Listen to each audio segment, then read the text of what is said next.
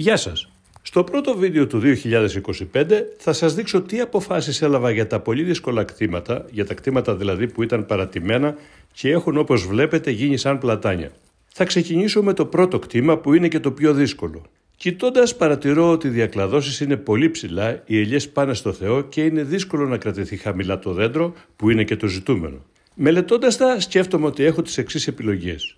Η πιο δραστική είναι να τα κόψω στις διακλαδώσεις, στο σταυρό που λένε.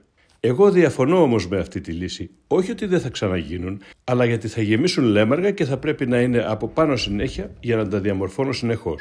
Άσε που θα κάνουν πάνω από 4 χρόνια για να γίνουν παραγωγικά πάλι. Η άλλη λύση είναι να τα σφίξω πολύ και σε 2-3 χρόνια να έχουν διαμορφωθεί πιο χαμηλά και να πάρω πάλι καρπό.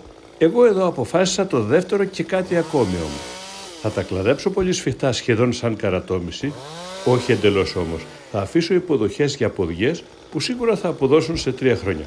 Εν τω μεταξύ όμως θα έρθω σε λίγες μέρες πάλι και θα τα μπολιάσω. Κάθε κορμό με φόλα. Έτσι όπως έκανα εδώ σε λίγα δέντρα πέρσι το Μάιο. Όπως βλέπετε έχουν πιάσει αλλά δεν πέταξαν γιατί τα δέντρα ήταν δασωμένα. Τώρα όμως που τα κλάδεψα θα πετάξουν και αυτά σίγουρα. Αυτό το κτήμα είναι μικρό και απόμερο και έχει εγκαταλειφθεί πολλά χρόνια. Όπως μπορείτε να δείτε έχει κλαδευτεί παλιά. Αλλά δεν ξαναπέρασε κανείς να διαχειριστεί τα λέμαργα, τα οποία ψάχνοντας τον ήλιο έγιναν 10 μέτρα δάσους.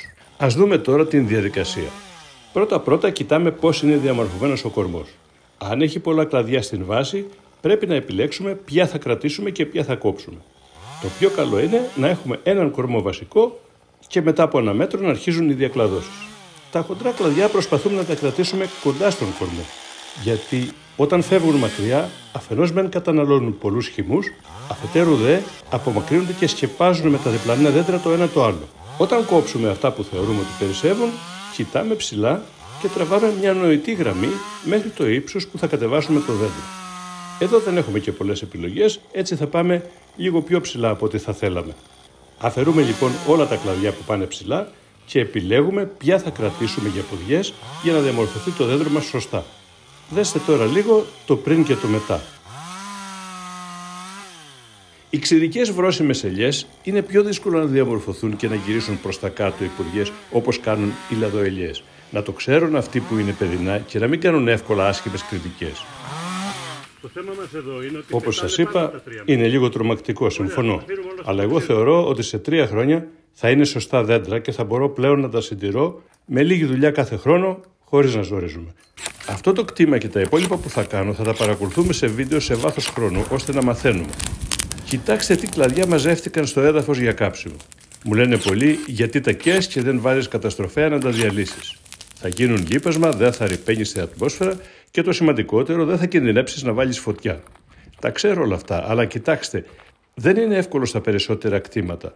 Μπορείτε να δείτε όταν ήρθαμε να μαζέψουμε τα ξύλα με το γιο μου που ήρθε ειδικά να με βοηθήσει λόγω της μέσης μου, ότι για να πάνε στο αυτοκίνητο πρέπει να κατέβουν 4 πεζούλες με δυσκολία. Δεν είναι εύκολο να ανέβει ο καταστροφέας εδώ πάνω.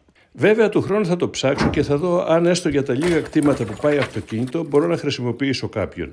Εδώ μαζέψαμε τα ξύλα και τα μεταφέραμε στο χωριό με αυτό το αυτοκίνητο που θα με δείτε να το οδηγάω το 1977 πριν 48 χρόνια και ακόμη δουλεύει. Ιαπωνέζικη τεχνολογία, σκυλιά μαύρα που λένε. Φτάσαμε στο χωριό και με τη βοήθεια και του εγγονού μου τα πετάξαμε μέσα και ετοιμαστήκαμε για το επόμενο κτήμα. Εγώ την άλλη μέρα ήρθα εδώ, το ψέκασα με χαλκό γιατί είναι κάτι που πρέπει να γίνει οπωσδήποτε και είμαι έτοιμος για το επόμενο κτήμα, το οποίο θα σας δείξω στο άλλο βίντεο για να μην σας κουράζω.